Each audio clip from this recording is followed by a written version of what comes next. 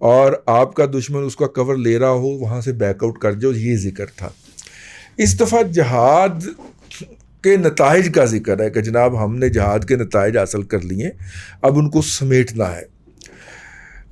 جو کچھ مال غنیمت کے طور پہ ہاتھ لگ رہا ہے اس کو جو ہے وہ ملت کے خزانے کے طور پہ مینٹین کیا جائے، اس کی حفاظت کی جائے، ادھر ادھر نہیں کرنا، ٹھیک، number 1۔ Number 2، peace is the only initiative, ہم نیگوشیٹ کریں گے، ہم مذاکرات کریں گے، اور مذاکرات کے دوران کسی بھی حد تک جائیں گے، یہ ان کا ایک کرکس ہے، ٹھیک ہے، ماسوائے اس حد کے کہ افغانستان کا آئندہ نظام اسلامی ہو، ٹھیک ہے، اور خلافت جو ہے، جو مطلب امارات جو ہے وہ بحال کی جائے۔ ان دو کے علاوہ ہم ہر بات کے اوپر اوپن ہیں اور کسی بھی حد تک جائیں گے۔ پچھلے دنوں ایک تاثر ملا تھا کہ شاید امارات کے اوپر وہ جو ہے وہ کمپرومائز کر سکتے ہیں، لیکن ان کی طرف سے یہ جو ری ایمفسائز آ گیا کہ نہیں، امارات اور اسلامی نظام ان دونوں کے حوالے سے ہم جو ہیں وہ کریں گے۔ تیسری انہوں نے جو ہدایت جاری کی ہے اور ری ایمفسائز کیا ہے کہ جتنا بھی ہمارے سویلین سائڈ کے لوگ ہیں وہ ویلفیئر کے تمام پروجیکٹ کو ملٹیپلائی کر دیں، پیسے بہت زیادہ آ گئے ہیں، لوگوں کے ویلفیئر کے کام شروع کر دیں۔ ہمیں تصاویر بھی بھجوائی گئیں کہ مختلف جگہوں کے اوپر سڑکوں کی بحالی اور عمارات کی تعمیر وغیرہ کے کام شروع ہو چکے ہیں، یہ ان کی طرف سے بھجوائی گئی۔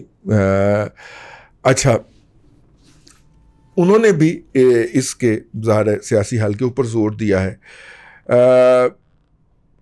اب دیکھیے اس میں جو سب سے امپورٹنٹ بہت لمبا ہے ان کا یہ بیان، نارملی اتنا لمبا ہوا نہیں کرتا امیر کا بیان نا، اور چونکہ اس کے اندر پڑھ لیں، آن لائن دستیاب ہے، بہت سارے لوگوں نے اس پہ ولاگ بھی کیا، میں تو اس کے امپورٹنٹ پہلوؤں کے اوپر بات کر رہا ہوں۔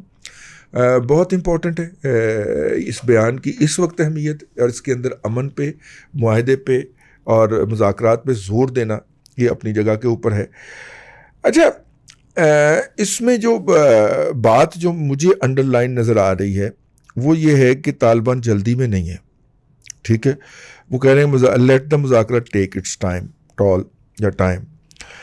دوسری بات یہ، اور ایک اور بات امپورٹنٹ جو ہمیں نظر آتی ہے کہ لغمان ایک ضلع صوبہ ہے ان کا، وہ پرلی سائڈ پہ مزار شریف کے پاس، وہ انتظار کرتے رہے ہیں پہلے طالبان کا کہ وہ آ کے ہمیں سرنڈر کروائیں۔ جب طالبان نے کہا کہ نہیں ہمارے پاس ٹائم نہیں ہے تو وہ خود پہنچ گئے سرنڈر کر دیں۔ انہوں نے پتہ چلا تھے کچھ 4-5 بیٹھے ہیں، 4-5 وہ جو جتنے بھی میرا خیال ہے درجن 2 درجن تھے، ان کے سامنے پوری ضلع کی صوبے کی جو تھی وہ انہوں نے کہا کہ یہ آپ رکھیں اپنے پاس، ہمیں جانے دیں۔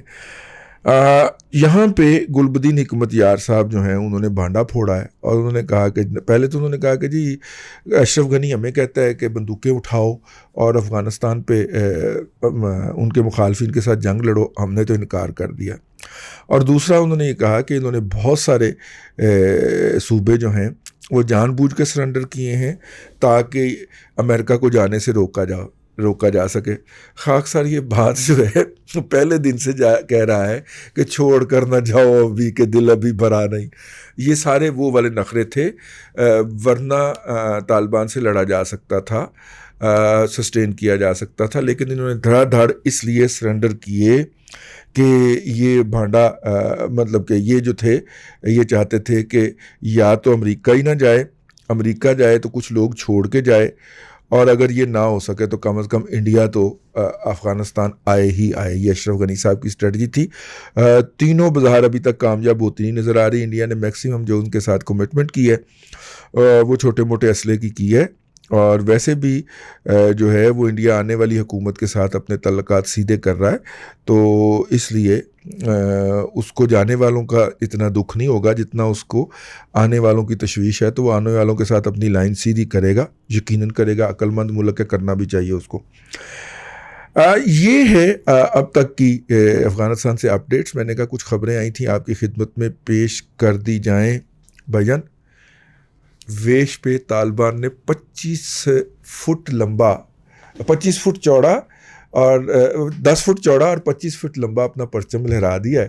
وہ میرے احباب جو ہیں وہ تھوڑا سا آئینہ دیکھ کے تو اپنے آپ کو فٹے منہ کہہ لیں۔ جو کہ سوشل میڈیا پہ کمپین چلا رہے تھے کہ ویش اور وہ جو ویش بارڈر جو ہے اور وہ قندھار کو کیا ضلع ہے جی قندھار کے نام کا, ہاں سپن بلدک جو ہے وہ ڈاؤن وہ فال ہو گیا ہے. ٹھیک ہے, انڈیا سے پاکستان کے اندر سے ہمارے Pashtun nationalist P T M سارے شور مچا رہے تھے کہ یہ دیکھو بڈھا کیسی بڈھا کیسی باتیں کر رہا ہے. وہ تو انہوں نے واپس ریکور بھی کر لیا ہے. اور اس کے اندر ماشاءاللہ پاکستان کی سیاسی پارٹیوں خاص طور پہ نون لیگ کے اندر چھپے ہوئے جو ہے نا ایکسٹریمسٹ, ٹھیک ہے, وہ بھی یہ والا بیانیاں کرتا ہوا پا رہے تھے. اللہ کا نام ہے بھائی, اندھے تو نہ ہو جایا کرو, بہرے تو نہ ہو جایا کرو. ٹھیک ہے, گونگے نہیں ہوتے, تم بولتے رہتے ہو کچھ نہ کچھ. اندھے اور بہرے تو نہ ہو جایا کرو. کہاں گیا ویش, کہاں ہے سپن بولدک, کہاں ہوتا ہے, کن کے قبضے میں ہوتا ہے وہ. ٹھیک ہے, وہ خدا کا خوف کر لیا کرے. آپ اتنے تعصب زدہ اور اندھے ہو جاتے ہیں کہ آپ کو سامنے جو حقائق ہوتے ہیں وہ بھی نظر نہیں آ رہے ہوتے. اللہ آپ کو آسانیاں عطا کرے اور آسانیاں خلق خدا میں تقسیم کرنے کی توفیق عطا کرے.